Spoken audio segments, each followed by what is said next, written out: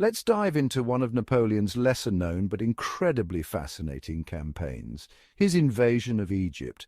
It's a wild ride of ambition, culture clash, and ultimate failure. So, why did Napoleon decide to invade Egypt in the first place?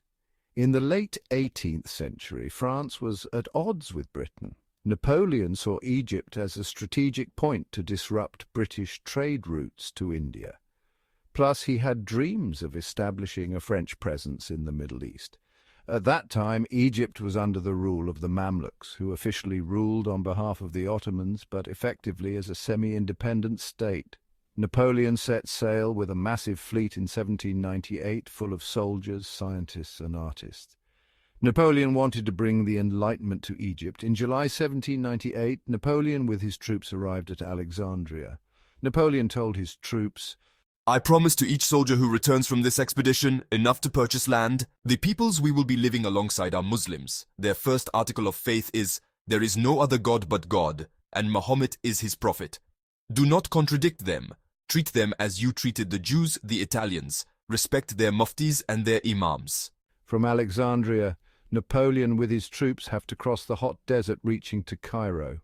When they arrived, they were met with resistance from the Mamluks, the ruling military class in Egypt. The Battle of the Pyramids in July 1798 was a significant French victory, showcasing Napoleon's tactical brilliance.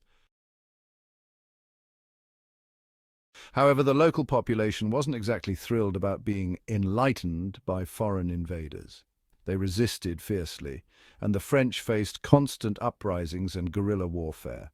The first revolt of Cairo occurred on October 1798 by the citizens of Cairo against the French occupation. The French responded by setting up cannons in the citadel and firing them at areas containing rebel forces. Bonaparte ordered his cannon to open fire on the Al-Azhar mosque.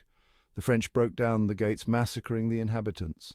At the end of the revolt, 5,000 to 6,000 Egyptians were dead or wounded. Earlier on August 1798, the British, under Admiral Nelson, destroyed the entire French fleet in Alexandria at the Battle of the Nile, one of the biggest blows to Napoleon's campaign. This left Napoleon and his troops stranded in Egypt, cutting off their supplies and reinforcements. Napoleon tried to rally his troops and even attempted to march into Syria, but disease, heat, and battle fatigue took their toll.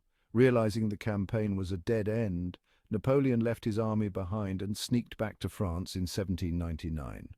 Things got worse, as on March 1800 the Egyptians revolt again against the French troops. General Kleber, who took over after Napoleon, reacted with excessive aggression and almost burnt all Cairo.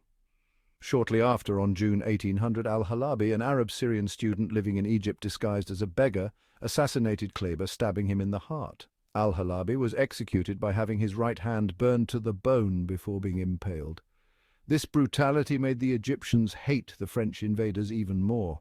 In 1801, the British defeated the French troops in the Battle of Alexandria on March 21st, and then Cairo fell in June. The French eventually capitulated to the British. The British General John Healy Hutchinson allowed the French army to be repatriated in British ships. All Egyptian antiquities, such as the Rosetta Stone, which the French had collected, were signed over to the British. The Rosetta Stone is to be found until today in the British Museum in London. Afterwards, the Treaty of Paris ended all hostilities between France and the Ottoman Empire, returning Egypt to the Ottomans. So why did the invasion fail? A combination of fierce local resistance, strategic naval defeats, and logistical nightmares. Napoleon underestimated the challenges of invading and holding a territory so far from home. But it wasn't all in vain. The scientific expedition that accompanied Napoleon made some groundbreaking discoveries. In July 1799, a young engineering officer, Pierre-François Bouchard, discovered the Rosetta Stone. That was found during this campaign, and it became the key to deciphering ancient Egyptian hieroglyphs. The French scholars' research in Egypt gave rise to the comprehensive text Description de l'Égypte, published on 1809 and 1821.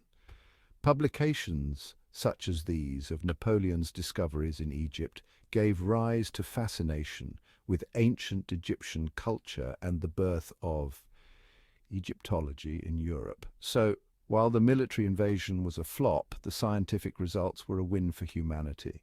In the end, Napoleon's Egyptian adventure was a mix of brilliance and blunder. It showed his audacity and tactical genius, but also his flaws in underestimating the complexities of foreign lands.